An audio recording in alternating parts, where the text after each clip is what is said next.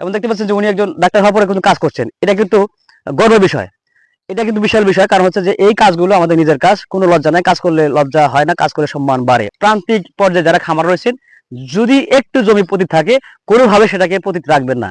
সেটা শাকসবজি হোক বা ঘাস হোক, সেটা কিন্তু উৎপাদন করবেন। করলে কি হবে, আপনারা দুইটা গরু পালতে পারবেন, দুইটা ছাগল পুষতে পারবেন। এগুলো পারলেই কিন্তু এখন যে বর্তমানে যে অর্থনৈতিক ব্যবস্থাপনা, কেউ কিন্তু বসে নেই। সেটা যদি একজন কামলাও হয়, সে কিন্তু বসে নেই, সে কিন্তু কাজের মধ্যে আছে। আমরা যারা যুবক আছি, যারা বেকার, অবশ্যই অবশ্যই আমরা কিন্তু এই ধরনের ছোট ছোট এই জমিতে ঘাস আবাদ করে আমরা কিন্তু দুইটা গরু, দুইটা ছাগল পুষতে পারি, এবং এখান থেকে আমরা কিন্তু বড় হতে পারবো। কারণ উদ্যোক্তার কোনো ভূমিকা অনস্বীকার্য, কারণ উদ্যোক্তা ছাড়া কিন্তু দেশ আগানো সম্ভব না, গ্রাম আগানো সম্ভব না। সম্মানিত কৃষক ভাইরা, আসসালামু আলাইকুম। নতুন ভিডিওতে আপনাদের স্বাগতম। দেখতে পাচ্ছেন আমরা প্রতিবারের মতো, বরাবরের মতো, প্রতিদিনের যে আমাদের কাজ, আজকে কিন্তু আমরা এই ঘাস কিন্তু আমাদের জমিতে কিন্তু কাটতে এসেছি। ওই আমার ছোট ভাই সহ আছে, আমরা কিন্তু প্রতিদিন এই কাজটা করি। আমাদের প্রান্তিক পর্যায়ে আমরা খামার, আমাদের পারিবারিক খামার রয়েছে, সেখানে আমরা কিন্তু কাজ করে থাকি। এখানে দেখতে পাচ্ছি আমরা দুই ভাই এসেছি। এটা কিন্তু আমরা ঘাস, এখানে মিশ্র জাত আছে, পাকসং, রেড পাকসং এবং হলো নেপিয়ার বা জারা। তো এখানে আমরা কাটতে আছে, কিন্তু আমরা গতকালকে কাটা হয়েছিল। এখানে কিছু শুকাই দেওয়া ছিল, কারণ ভার, পর্যাপ্ত ভার থাকার কারণে পরিবহন করতে খুব কষ্ট হয়। সেক্ষেত্রে আমরা কিন্তু এখানে শুকাইছি, এবং আজকে কিন্তু নগদ টাটকা যেটা বলা হয়, সেটা ঘাসটা কাটছি আমরা।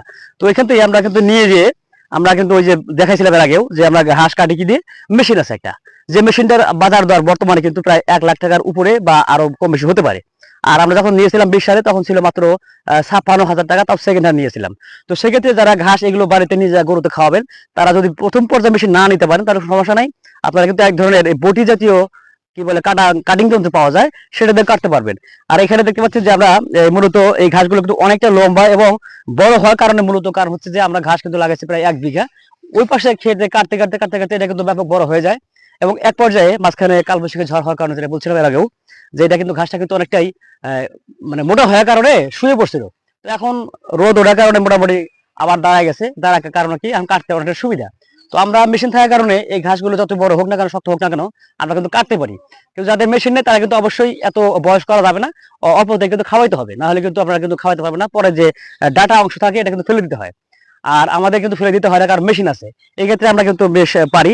আর এগুলো মূলত আমরা কিন্তু শুধু এই ঘাস দিই না, সাথে খড় অথবা ভুট্টার গা জাতীয় এই খাবার দিয়ে আমরা মিশাল কিন্তু করে দিই। কারণ হচ্ছে যে শুধু একাশি যদি ঘাস দিয়ে থাকেন, তাই কিন্তু গরু কিন্তু আপনার পায়খানা করবে। পায়খানাটা পাতলা হয়ে গেলে আপনার কোনোভাবে কিন্তু সেই পাতলা পায়খানাটা সামাল দিতে পারবেন না, কারণ তখন খাওয়ানোর জায়গায় আপনার বেশি কিন্তু খরচা হয়ে যাবে আপনার ওষুধপত্র কিনতে।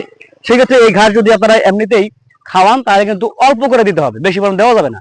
সেই ক্ষেত্রে গরু কিন্তু ক্ষতি হবে। আর সেই ক্ষেত্রে যদি আপনারা যদি ঘাসের পাশাপাশি অন্য কোনো খাবার দেন, তাহলে দিতে পারবেন। আর না হলে ঘাস কিন্তু খুবই কম দিতে হবে। তো এখানে পাশাপাশি আমরা নিজের কাজ নিজে করে থাকি। আমার ছোট ভাই আহসানুল হক রিজু আছে এখানে, আমরা দুই ভাই কাজ করি। পাশাপাশি আমাদের যে বাড়ির যে কাজের একজন থাকে, সেও হেল্প করে। আর মোটামুটি নিজেরা যদি কাজ না করতে পারে, কোনোভাবেই কিন্তু আগাতে পারবে না। কারণ সব যদি কামলার উপর নির্ভর করেন, তাহলে কিন্তু যে লাভ, সেটা কিন্তু কামলা নেবে, অন্য লোক টাকাটা নিয়ে যাবে।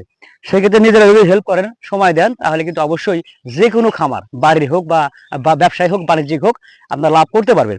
সেই ক্ষেত্রে আমি বারবার কিন্তু বলছি যে প্রান্তিক পর্যায়ে যারা খামার রয়েছেন, যদি একটু জমি পতিত থাকে, কোনোভাবে সেটাকে পতিত রাখবেন না।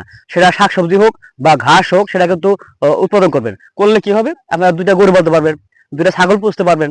এগুলো পারলেই কিন্তু এখন যে বর্তমানে যে অর্থনৈতিক ব্যবস্থাপনা, কেউ কিন্তু বসে নেই। সেটা যদি একজন কামলাও হয়, সে কিন্তু বসে নেই, সে কিন্তু কাজের মধ্যে আছে। আমরা যারা যুবক আছি, যারা বেকার, অবশ্যই অবশ্যই আমরা কিন্তু এই ধরনের ছোট ছোট এই জমিতে ঘাস আবাদ করে আমরা কিন্তু দুইটা গরু, দুইটা ছাগল পুষতে পারি, এবং এখান থেকে আমরা কিন্তু বড় হতে পারবো। কারণ উদ্যোক্তার কোনো ভূমিকা অনস্বীকার্য, কারণ উদ্যোক্তা ছাড়া কিন্তু দেশ আগানো সম্ভব না, গ্রাম আগানো সম্ভব না। আমরা নিজেরা যদি উদ্যোক্তা গ্রহণ করি, উদ্যমী হই, তাহলে কিন্তু আমরা এই যে যারা তরুণ, যারা যুবক রয়েছি, এদের মাধ্যমে কিন্তু বড় কিছু করা সম্ভব। আর যারা অনলাইনে দেখছেন, তারা যদি কোনো কিছু জানতে চান, কমেন্ট বক্সে অবশ্যই জানাবেন।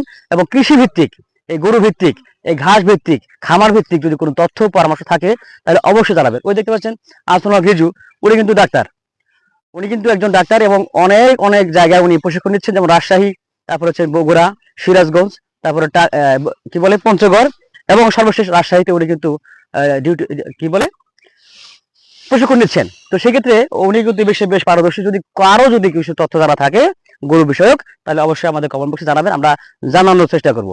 এবং দেখতে পাচ্ছেন যে উনি একজন ডাক্তার হওয়ার পরে কিন্তু কাজ করছেন। এটা কিন্তু গর্বের বিষয়, এটা কিন্তু বিশাল বিষয়। কারণ হচ্ছে যে এই কাজগুলো আমাদের নিজের কাজ, কোনো লজ্জা নাই, কাজ করলে লজ্জা হয় না, কাজ করলে সম্মান বাড়ে। অতএব দর্শক, আমরা নিজের কাজ নিজে করি। এই ঘাসগুলো এখন বাসায় নিয়ে যাব, আমরা মেশিনে ভাঙিয়ে তারপরে আমরা গরুকে খাবার দেবো। খাবার দেওয়ার পরে আমরা এই কাজগুলো আমরা করবো এবং আমাদের গরুগুলো স্বাচ্ছন্দ্যে খায়। প্রথম অবস্থা দেখা যাচ্ছে যে অনেক গরু কিন্তু খেতে চায় না, কারণ নতুন অবস্থায় খায় না। তো যখন খাওয়া শুরু করবে তখন কিন্তু আর খাইতে থাকবে। আর এই গরুগুলো আমার জেলা আছে বিদেশি জাতের গরু, এরা কিন্তু ব্যাপক খায়, যত দিবেন তত খাবে, কিন্তু এত খাবার দেওয়া যাবে না। তাদেরকে রেস্ট করাতে হবে, পানি দিতে হবে, পর্যাপ্ত গোসল করাতে হবে। অবশ্যই গরুকে রেস্ট করাবেন এবং ফ্যান যদি না থাকে এই গরমের দিনে ফ্যান ব্যবস্থা করবেন এবং নিয়মিত গোসল করাবেন, শাওয়ার করাবেন, এবং তাহলেই গরুগুলো ভালো থাকবে। এবং এ জাতীয় সুষম খাবার দিলে সবার গরু ভালো থাকবে এবং উন্নতি লাভ করবে। আসসালামু আলাইকুম ওয়া রাহমাতুল্লাহি ওয়া বারাকাতুহু।